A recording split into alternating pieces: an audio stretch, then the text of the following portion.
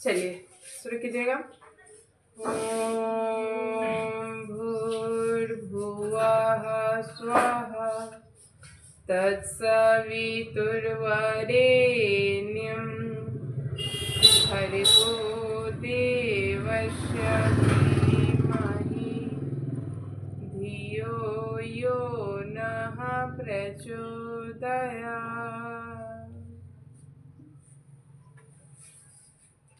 चलिए स्वागत है अभी सब आप सभी का MSSM कोचिंग सेंटर। आज हम सभी पढ़ेंगे क्लास 12 के भूषण जी द्वारा रचित पद। भूषण जी जो कि वीर रस के कवि माने जाते हैं। आइए पढ़ते हैं उनका जीवनी। इनका जन्म 1613 ईस्वी में हुआ था। कब हुआ था? 1613 ईस्वी में। कहाँ हुआ? तो तिकवापुर, कानपुर, उत्तर प्रदेश, अर्थात भारत देश के उत्तर प्रदेश राज्य में। ठीक है, कानपुर के तिकवापुर नामक स्थान में इनका जन्म हुआ था। अच्छा, इनके पिताजी का नाम क्या है? तो श्री रत्नाकर त्रिपाठी। क्या नाम है इनके पिताजी का? श्री रत्नाकर रत्नाकर त्रिपाठी। और इनकी उपाधि, ये जो भूषण है ना, ये इनको एक उपाधि दिया गया। क्या दिया गया? उपाधि। जैसे महात्मा गांधी को हम लोग बापू कहते हैं ना, वो भी तो उनको एक सम्मान में नाम दिया गया ना। उसी तरह से यहाँ पर एक कवि महोदय को भी एक नाम दिया गया उपाधि के रूप में, भूषण। क्या दिया गया? भूषण। भूषण, जो कि देने वाले थे सोलंकी राजा रुद्रशाह। सोलंकी राजा रुद्रशाह ने उनको ये उपाधि दी थी। ठीक है, लेकिन कभी कभी जैसे कोई चीज फेमस इतना हो जाता है कि उसका मूल चीज गौन हो जाता है। अब बापू का हम लोग महात्मा गांधी ना जानकर, केवल अगर बापू ही ज्यादा फेमस हो जाता तो महात्मा गांधी जान पाते? नहीं जान पाते। वही बात यहाँ पे भी, यहाँ पर जो भूषण जी का हुआ ना, सो भूषण ही ज्यादा फेमस हो गया। ठीक है, तो हम लोग यहाँ पर ये इनका जो रियल नेम था वो भूल गए। ठीक है, आइए अब जानते हैं इनकी प्रमुख कृतियां है शिवा बानवी, छत्रसाल दशक। इनकी प्रमुख कृतियां क्या क्या है? शिवा बानवी और छत्रसाल दशक। नाम से यह स्पष्ट है। इसमें कितने मुक्तक होंगे? तो 52। बावनी में क्या गो? 52 गो, और दशक में 10 गो। याद रखिए, बावनी में 52 और दशक में 10। ठीक है, इसमें जो है सो छत्रपति शिवाजी का गुणगान किया गया है। किनका है? छत्रपति शिवाजी का 52 पदों में गुणगान किया गया, तो शिवा बावनी हो गया। और ये छत्रसाल, राजा छत्रसाल जो थे, ठीक है, महाराज छत्रसाल की जो वीरता और यश का जो गान किया गया 10 पदों 10 छंदों में है, ये छत्रसाल दशक कहलाया। क्या कहलाया? छत्रसाल दशक। याद रखिएगा। चलिए, इनका एक छूट गया है यहाँ, मृत्यु। इनकी मृत्यु कब हुई? तो इनकी मृत्यु है 1715 ईस्वी में। कब हुई थी इनकी मृत्यु? 1715 ईस्वी में। ठीक है, आगे चले। आगे देखिए, भूषण जो है हिंदी कविता में रीति काल के एक प्रसिद्ध कवि। अगर आपसे क्वेश्चन पूछा जाए एग्जाम में कि भूषण किस काल के कवि है, तो क्या जवाब दीजिएगा? रीति काल के। कौन से काल के? रीति काल के। ठीक है, यहाँ कह रहे हैं जिनका हिंदी जनता में बहुत सम्मान है, वे जातीय स्वाभिमान, आत्मगौरव, शौर्य एवं पराक्रम के कवि है। वीर रस की इस महान कवि ने फरकती हुई मुक्तक शैली में छत्रपति शिवाजी और बुंदेला वीर राजा छत्रसाल की वास्तविकता पर आधारित बिरुदावलियां गाई है। जैसे आज हम लोग क्या है, आज भारत में जो इतिहास हम बच्चों को पढ़ाया जाता है, अकबर महान था, फिर वो था, बहुत सारे बाहर वालों का पढ़ाया जाता है।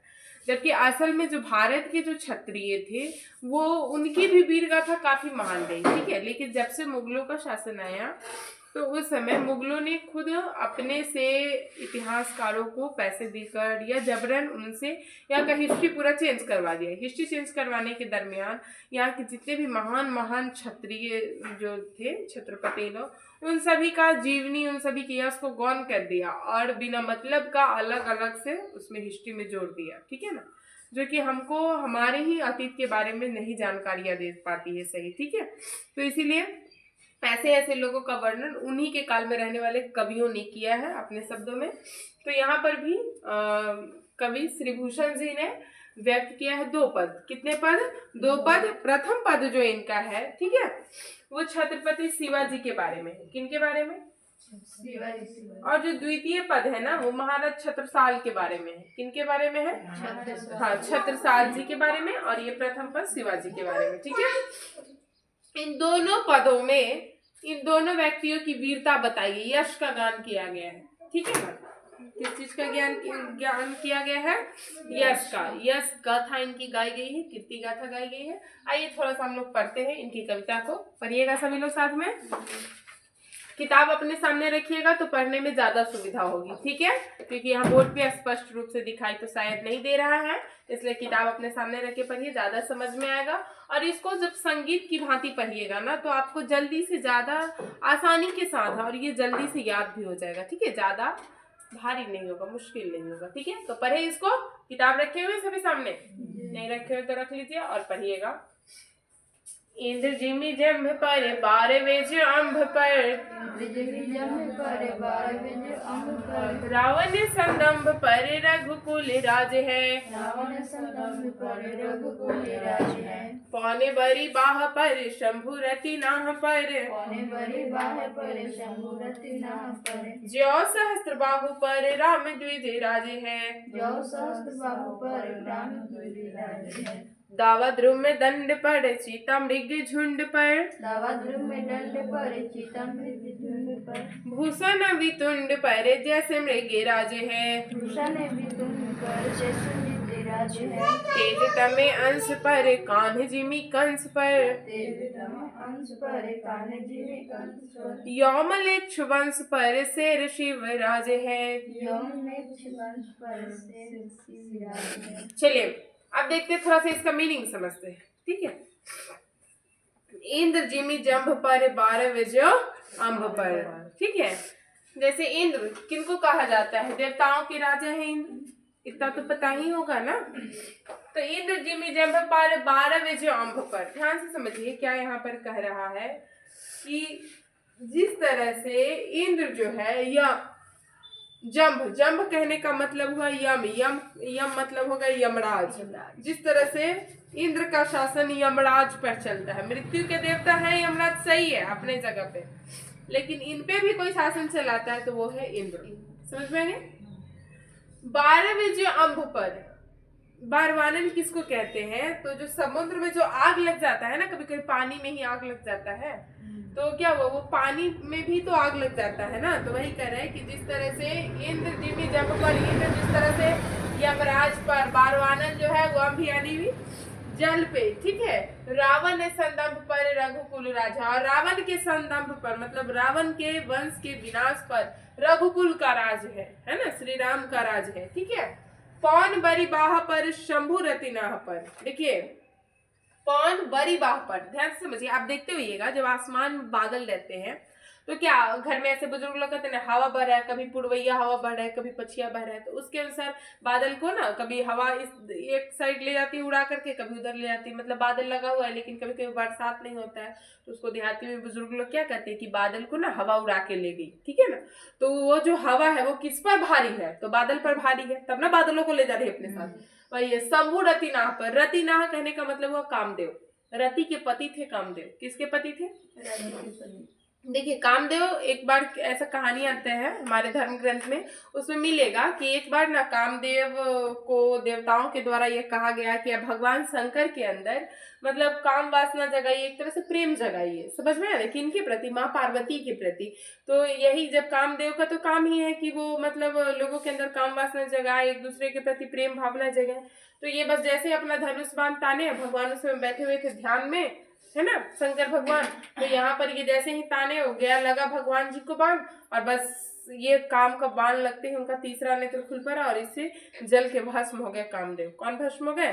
कामदेव। तो यहाँ शंकर भगवान किस पर भारी हो गए? कामदेव पर, है ना। ज्यो सहस्त्र बाहु पर राम द्विज राज है, ज्यो सहस्त्र बाहु पर राम द्विज।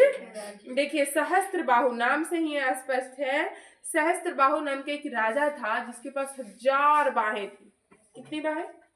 सहस्त्र कहने का मतलब हुआ 1000, और उसपे कौन भारी थे? तो राम द्विज। राम द्विज कहने का मतलब हुआ परशुराम जी, समझ में आया? दूसरा राम हुए, परशुराम जी को भी राम मतलब कहा गया है। तो यही भारी है उनके ऊपर। उसके बाद क्या है? दावा द्रुम दंड पर सीता मृग झुंड पर, ठीक है। देखिए जो दावानल किसको कहते हैं? एक अभी हम यहाँ पे बताए हैं बारवानल, जो समुद्र में होता है, ध्यान से समझिए। बारवानल कहाँ होता है? समुद्र में। और दावानल कहाँ होता है? तो बड़े बड़े जंगल जो होते हैं उसमें जो आग लग जाता है, जिससे पूरा का पूरा जंगल जल के साफ हो जाता है, तो उसको हम क्या कहते हैं? दावानल कहते हैं। क्या कहते हैं? दावानल कहते हैं। तो यहाँ जो ये दावानल है, ये द्रुमदंड मतलब पेड़ों की जो शाखाएं हैं, पेड़ों पर भारी है ये दावा, मतलब ये अग्नि। समझ में आ रही है हमारी बात? अब यहाँ क्या है? पर चीता मृग झुंड पर, चीता किस पे भारी है? मृग झुंड पे। एगो चीता आएगा ना, तो अगर 100 गो मृग है, मृग मतलब हिरण है ना, वो सबका सब मृग गायब हो जाएगा, और बस एक जो होगा उस चीता, वो क्या हो जाएगा? उस मृग पर भारी हो जाएगा। ठीक है। भूषण जी कह रहे हैं वितुंड पर जैसे मृगराज है, मतलब जैसे कि भूषण जी यहाँ पर बता रहे हैं कि हाथियों का जो झुंड होता है ना, वो रहेगा एक जगह खड़ा रहेगा, वहां जैसे ही देखेगा कि शेर आया, वो क्या हो जाएगा? लापता हो जाएगा। यही बात है। ठीक है। भूषण जी कह रहे हैं वितुंड पर जैसे मृग राज है। ठीक है। तेज तम अंश पर कान्ह जिमी कंस पर। तेज कहने का मतलब है तेज तम अंश पर। ठीक है। मतलब तेज यानी प्रकाश का एक अंश भी जो आएगा ना, उत्तम पर भारी है। तम मतलब हुआ अंधकार। तम मतलब क्या हुआ? अंधकार। बस जैसे ही एक छोटा सा किरण भी आएगा, तो वहां से अंधेरा अपने आप क्या हो जाएगा? खत्म, भाग जाएगा। कान्ह जिमी कंस पर। जिस प्रकार से कान्हा किस पर है? भारी। कंस पर। किस पे भारी है? यौम मलेक्ष वंश पर शेर शिवराज है। ठीक उसी तरह जैसे ये इस पे है ना, ठीक उसी तरह से मलेक्षों पर कौन भारी है? शिवराज, है ना। अभी हम बताए ना कि फर्स्ट पद में शिवाजी की गाथा का वर्णन है, तो ये जो शिवराज है वो किस पे भारी है? तो मलेक्षों पर। किस पर भारी है? मलेक्षों पर। याद रहेगा इतना? चलिए अब चले सेकंड पद में, पढ़िएगा सभी लोग। ठीक है। थोड़ा ध्यान देकर के पढ़िएगा, देखिएगा। नीके सत्य म्यानिते मायुखे प्रलय भानु के सिफारे तम तुम से गयंदन के जाल को लागती लपकी कंठ बैरी ने के नागिनी सी रुद्र ही रिझावे दे मुंडन के माल को लाल छिटी पाल छत्र साल महाबाहुबली कहाँ बखान करो तेरी कलवार को प्रतिभट कटक कटीले के टिकाटी काटी काली का सिकील की कले उदेती काल को। थोड़ा सा भाषा क्लिष्ट है, इसको बार बार पढ़ के प्रयास कीजिएगा तो पढ़ने आ जाएगा। ठीक है। ये डेली अभ्यास का चीज है। ध्यान दीजिए एक चीज, कोई भी जो पढ़ाई होता है ना, वो अभ्यास का ही चीज होता है। ठीक है। अभ्यास से ही विद्या का वृद्धि होता है। अगर कोई भी चीज आप पढ़ लिए, याद कर लिए, ठीक है, और अगर उसको आप अभ्यास में नहीं रखिए, बार बार उसकी पुनरावृत्ति ना हो, जिसको इंग्लिश में रिवीजन कहते हैं, और ना कीजिएगा ना, तो वो चीज भूल जाते हैं। ठीक है। और ये कोई बड़ी बात नहीं, हर कोई भूल जाता है ना। इसीलिए पढ़ाई का रिवीजन भी बहुत जरूरी होता है। ठीक है। आप लोग अपने से खुद रिवीजन कीजिए। ठीक है। इंटर क्लास का बच्चा बहुत छोटा नहीं होता है कि उसको टीचर रिवीजन करने के लिए बार बार प्रेशर डालेगा। ठीक है। चलिए, तो हम अभी यहाँ बता रहे थे सेकेंड पद की ओर। चले सेकेंड पद के अर्थ की ओर। पहला है निकिशत म्यानते मयूखे प्रलय भानु कैसी फारे तम तोम से गयंदने के जाल को। देखिए, यहाँ ध्यान से समझने की चीज है। सेकेंड पद में छत्रसाल जी का वर्णन है। किसका वर्णन है? हाँ, उनकी वीरता का, उनके यश का, उनकी कीर्ति का वर्णन किया गया, कैसे वो थे। ठीक है। तो यहाँ पर क्या है, कह रहा कि जिस तरह निकसत म्यानते मयूखे, मतलब ये जो म्यान से जो तलवार जो निकलता है ना, पहले तलवार का जो कवर होता है ना, उसको म्यान कहते हैं। क्या कहते हैं? म्यान। जिसमें तलवार डाल के रखा जाता है उसको क्या कहते हैं? म्यान कहते हैं। ठीक है। तो ये जो म्यान है, इसे ये जो तलवार निकलती है, ये किरण की भांति, ठीक है, किस चीज की भांति? किरण की भांति। ठीक है। जैसे प्रलयंकरकारी, मतलब एकदम खूब तेज रोशनी किस तरह से धूप का होता है, तो जैसे ही थोड़ा सा हमको निकलते एकाएक अगर खूब तेज रोशनी आ जाए तो कितना वहां पे जलन महसूस होगा, है ना। खूब सूरज का अगर प्रकाश उतना तेजी से आ जाए तो होता है कि नहीं होता है। तो उतना ही तेजी से जब एक तलवार निकलता है ना, तो उसकी धार का जो रोशनी होता है, धार का रोशनी या धार का चमक कहिए उसको, वो उतना ही तेज होता है। ठीक है। आगे क्या है? जो कि फारे तम तुम से गयंदन है के जाल को। ठीक है।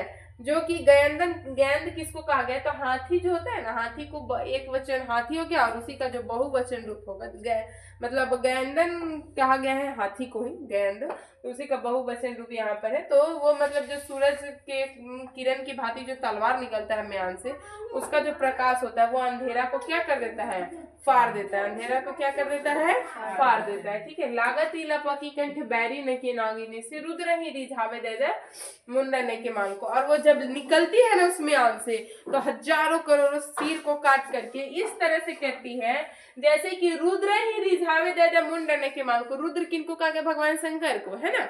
तो उनको ना मुंडों की माला, मतलब आदमी का हर कटा हुआ जो सिर है वो दे करके शायद वो इतना हड़बड़ी में कि चलिए जितना जल्दी जल्दी सिर कटा जाएगा ना उतना जल्दी भगवान शंकर प्रसन्न हो जाएंगे।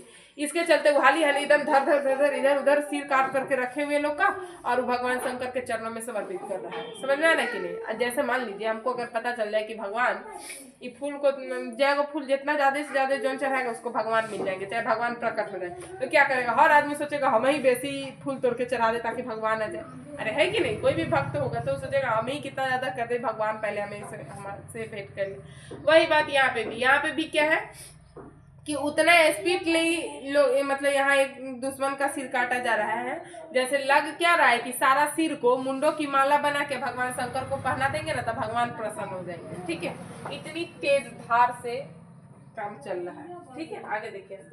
लाल छतिपाल छत्रसाल महाबाहुबली, कहाँ लो बखान करो तेरी तलवार को। ठीक है, हे छत्रसाल, हे महाबाहुबली राजा, आपकी यश का हम कहाँ तक बखान करें, आपकी करवाल कहने का मतलब तलवार का हम कहाँ तक बखान करें, है ना। आपकी महानता तो आपकी तलवार के धार से झलकती है। ठीक है, जैसे एक विद्यार्थी का अस्त्र उसका कलम होता है, याद रखिएगा, एक विद्यार्थी का अस्त्र क्या होता है, कलम।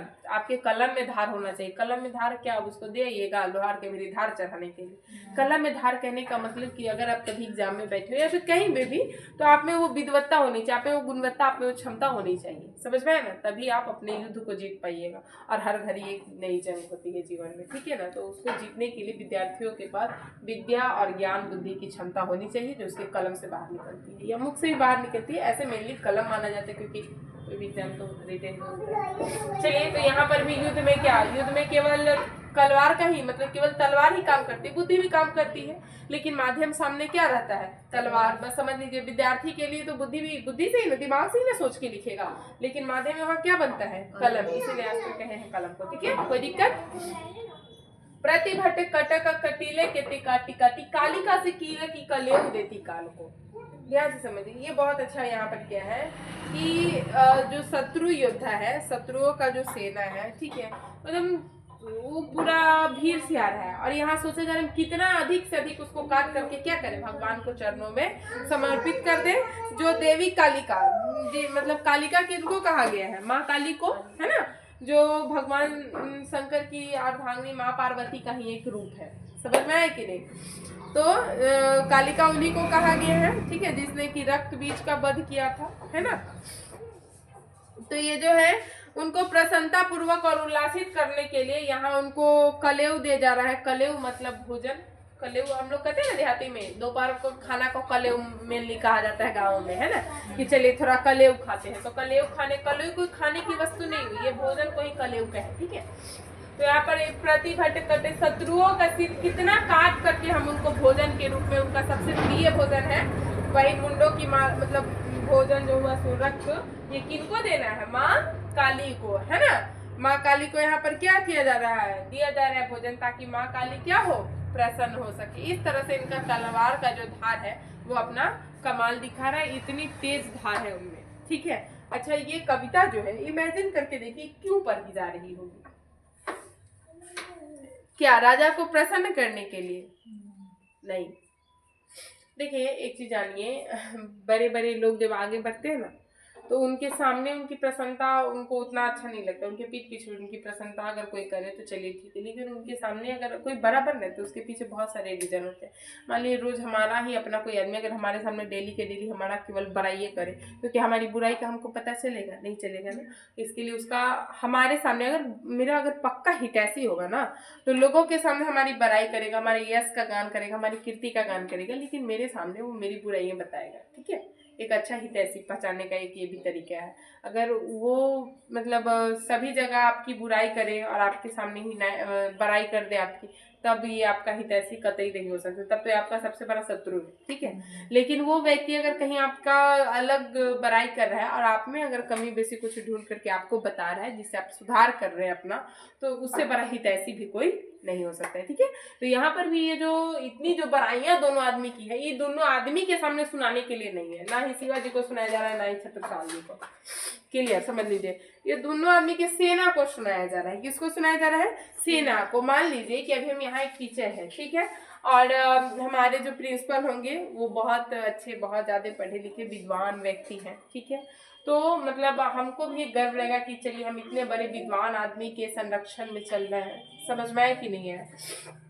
तो इसी तरह से यहाँ जो ये सेना भी है, इसको भी जब यहाँ के महाराज के यश का गान किया जा रहा है, तो ये सब में और उत्साह भर जा रहा है, और उमंग आ रहा है, और लड़ने का जोश आ रहा है। चलिए कि हम इतने बड़े राजा, इतने महान राजा के सैनिक हैं, ठीक है, तो इतने महान राजा के सैनिक भी तो महान होंगे ना, तो इसीलिए इन सभी की सेनाओं में ये लड़ने का एक नया उत्साह आ रहा है। समझ में है ना?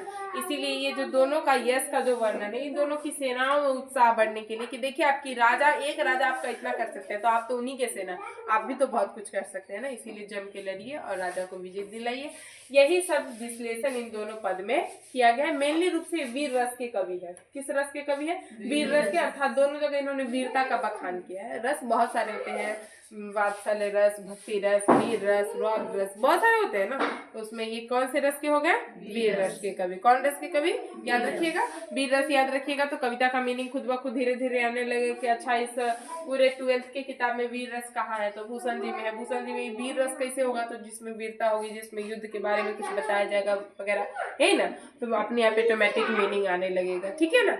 तो अब जो भी आप इसका खुद से थोड़ा सा भावार्थ लिखिएगा, जीवनी खुद याद कीजिएगा। इसका भावार्थ देखिए, कोई भी चीज रटने की चीज नहीं होती, पहले नंबर समझ लिया। आप लोग इसको क्या करते हैं, पूरा का पूरा लेके रट्टा मारते, इसीलिए कभी बहुत ब्रिलियंट माइंड के स्टूडेंट्स नहीं बन पाते। एक ब्रिलियंट माइंड का स्टूडेंट वही होगा जो इसको रटने के बजाय इसका भावार्थ समझेगा। अब ऐसा नहीं है कि हाँ कोई कहेगा दीदी लिखवा दीजिए इसको, हम याद करने लगेंगे, तो वो बच्चा बस उतारूमल हो सकता है, ठीक है, रटूमल हो सकता है, बस उसको रटंत विद्या आ सकती है, ठीक है, लेकिन वो एक अच्छा तेज ब्रिलियंट माइंड का स्टूडेंट नहीं हो सकता। एक ब्रिलियंट माइंड का स्टूडेंट होने के लिए आपको चाहिए कि ये पद हम पढ़ा दिए, हम कुछ बोल दिए, इस पर कुछ समझा दिए, अब इसका भावार्थ आप खुद लिखे कि इसमें हम क्या बताए, इसमें क्या बताया, दोनों तो वीर रस का ही है, ठीक है ना। तो अब आप सभी का ये होमवर्क रहा, टास्क रहा, इसको घर से बना करके लाइएगा। क्या करके लाना है? इन दोनों का भावार्थ खुद ब खुद लिख करके, और इनका जीवनी भी खुद बनाइएगा कि इनका जन्म कब हुआ, मृत्यु कब हुआ, किस किस चीज की इन्होंने रचना की, इनके पिता कौन थे, समझ में है ना, इनको इनका उपाधि किसने दिया, बहुत सारी जो इसमें का क्वेश्चंस वगैरह है, ये सब बनाने का काम विद्यार्थियों के जिम्मे आता है, ठीक है। तो अब आज भर रहने दे, इतना ही आज का क्लास, अब नए क्लास में नए चीज पढ़ेंगे, ठीक है।